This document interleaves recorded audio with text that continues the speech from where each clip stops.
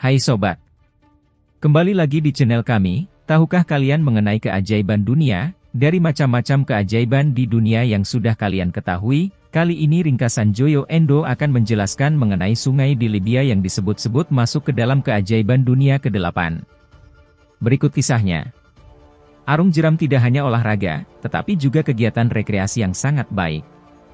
Hal ini mampu memacu adrenalin hingga ke puncak sekaligus menjadi liburan yang tak terlupakan. Di Rusia, arung jeram dipraktikkan di daerah pegunungan, karena tidak ada satupun rute buatan yang dibangun untuk tujuan ini. Namun di luar negeri, semuanya berbeda. Berikut 4 sungai buatan yang cocok untuk penggemar arung jeram. Eis Canal adalah sungai buatan pertama di dunia yang dirancang untuk arung jeram. Dibangun pada tahun 1972 untuk Olimpiade musim panas di Munich. Tempat tidurnya yang dilapisi semen digunakan saat ini untuk pecinta olahraga ini. Baru-baru ini, kejuaraan dunia dayung slalom di kayak telah diadakan di sini. Aliran air buatan kedua di Eropa adalah Arung Ondrej Cibak di Slovakia. Kanal ini menggunakan tenaga air dari bendungan di Sungai Vah, yang terbesar kedua di negara ini. Seperti pesaingnya di Jerman, hamparan air ini memiliki stand tersendiri untuk penonton dan banyak kompetisi kayak diadakan di sini.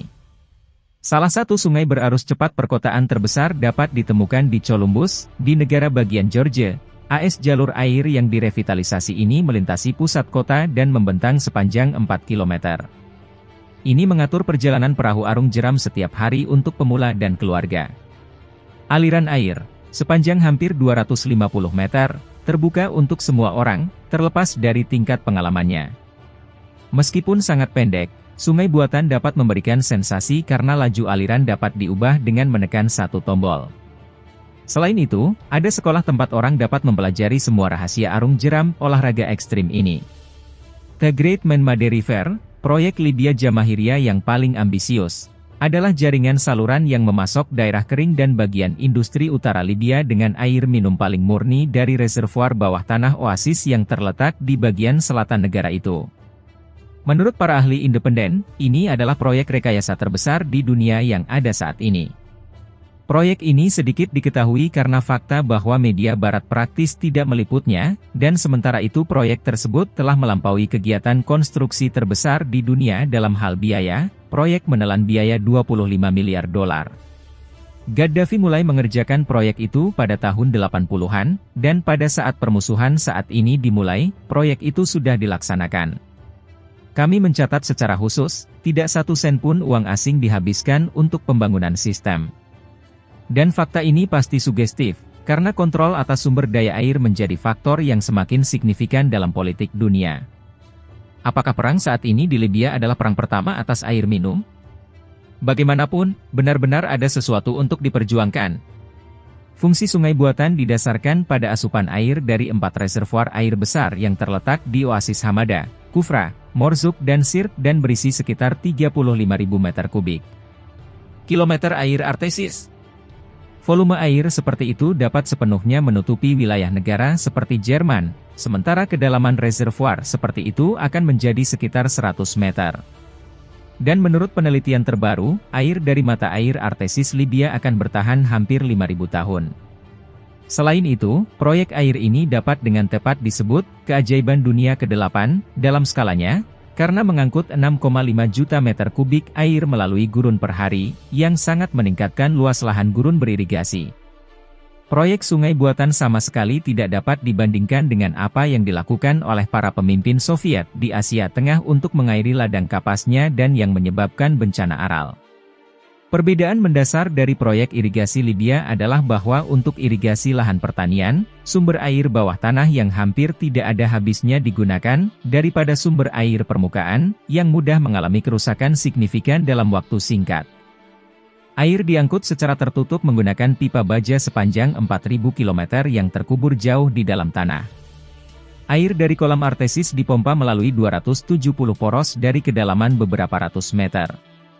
1 meter kubik air sebening kristal dari reservoir bawah tanah Libya, dengan mempertimbangkan semua biaya ekstraksi dan transportasi, merugikan negara Libya hanya 35 sen, yang kira-kira sebanding dengan biaya 1 meter kubik air dingin di Rusia besar.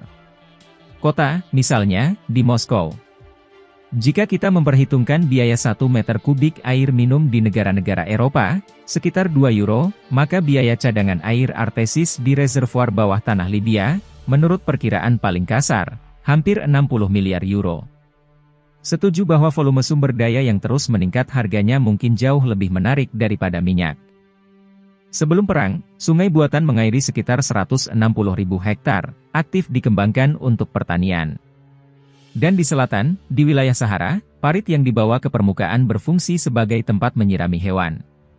Dan yang paling penting, kota-kota besar negara itu, khususnya ibu kota Tripoli, disuplai dengan air minum. Karena fakta bahwa negara-negara tetangga Libya, termasuk Mesir, menderita kekurangan sumber daya air, cukup logis untuk mengasumsikan bahwa Jamahiriya, dengan proyek airnya, cukup mampu secara signifikan memperluas pengaruhnya di wilayah tersebut, mulai dari revolusi hijau di negara-negara tetangga, dan secara kiasan, dan dalam arti kata yang sebenarnya, karena dengan mengairi ladang Afrika Utara, sebagian besar masalah pangan di Afrika akan diselesaikan dengan sangat cepat, memberikan negara di kawasan itu kemandirian ekonomi. Dan upaya yang sesuai terjadi. Hadafi secara aktif mendorong para petani Mesir untuk datang dan bekerja di ladang Libya. Proyek air Libya telah menjadi tamparan nyata bagi seluruh Barat, karena baik Bank Dunia dan Departemen Luar Negeri AS hanya mempromosikan proyek yang bermanfaat bagi mereka, seperti proyek desalinisasi air laut di Arab Saudi, yang menelan biaya $4 per meter kubik air. Jelas, Barat diuntungkan dari kekurangan air, ini mendukung tingginya harga. Patut dicatat bahwa, berbicara pada perayaan ulang tahun dimulainya pembangunan sungai, pada 1 September tahun lalu, Gaddafi mengatakan, sekarang pencapaian rakyat Libya ini telah menjadi jelas, ancaman AS terhadap negara kita akan berlipat ganda. Selain itu, beberapa tahun yang lalu, Gaddafi mengatakan bahwa proyek irigasi Libya akan menjadi tanggapan paling serius terhadap Amerika, yang terus-menerus menuduh Libya bersimpati pada terorisme dan hidup dengan petrodolar. Fakta yang sangat fasih adalah dukungan dari proyek ini dan mantan Presiden Mesir Mubarak. Dan ini tentu bukan kebetulan belaka. Masuk menjadi salah satu keajaiban dunia ke-8. Panjang total komunikasi bawah tanah sungai buatan hampir 4.000 km. Volume yang digali dan dipindahkan selama pembangunan tanah, 155 juta meter kubik, adalah 12 kali lebih banyak daripada selama pembuatan bendungan Aswan. Dan bahan bangunan yang dihabiskan akan cukup untuk pembangunan 16 piramida Cheops. Selain pipa dan saluran air, sistem ini mencakup lebih dari 1.300 sumur, yang sebagian besar memiliki kedalaman lebih dari 500 meter. Kedalaman total sumur adalah 70 kali ketinggian Everest. Cabang utama pipa air terdiri dari pipa beton sepanjang 7,5 meter, diameter 4 meter dan berat lebih dari 80 ton, hingga 83 ton. Dan masing-masing dari lebih dari 530.000 pipa ini dapat dengan mudah berfungsi sebagai terowongan untuk kereta bawah tanah. Dari pipa utama, air memasuki reservoir yang dibangun di dekat kota dengan volume 4 hingga 24 juta meter kubik, dan pipa air lokal kota dan kota dimulai darinya. Air tawar memasuki pipa dari sumber bawah tanah yang terletak di selatan negara itu dan memberi makan pemukiman yang terkonsentrasi terutama di lepas pantai Laut Mediterania, termasuk kota-kota terbesar di Libya, Tripoli, Benghazi, Sirte. Air disarikan dari Nubian Aquifer, sumber air tawar fosil terbesar di dunia. Aquifer Nubia terletak di bagian timur Gurun Sahara di atas area seluas lebih dari 2 juta kilometer persegi dan mencakup 11 reservoir bawah tanah besar. Wilayah Libya terletak di atas 4 dari mereka. Selain Libya, ada beberapa negara Afrika lainnya di lapisan Nubia, termasuk Sudan Barat Laut, Chad Timur Laut, dan sebagian besar Mesir. Aquifer Nubia ditemukan pada tahun 1953 oleh ahli geologi Inggris saat mencari deposit minyak. Air tawar di dalamnya tersembunyi di bawah lapisan batu pasir besi keras dengan ketebalan 100 hingga 500 meter dan, seperti yang telah ditetapkan para ilmuwan, terakumulasi di bawah tanah selama periode ketika sabana subur membentang di situs Sahara, diiringi oleh hujan lebat yang sering. Sebagian besar air ini terakumulasi antara 38.000 dan 14.000 tahun yang lalu, meskipun beberapa reservoir relatif baru, sekitar 5.000 sm. Ketika iklim planet berubah secara dramatis 3.000 tahun yang lalu, Sahara menjadi gurun, tetapi air yang telah meresap ke dalam tanah selama ribuan tahun telah terakumulasi di cakrawala bawah tanah. Setelah penemuan cadangan air tawar yang sangat besar, proyek untuk pembangunan sistem irigasi segera muncul.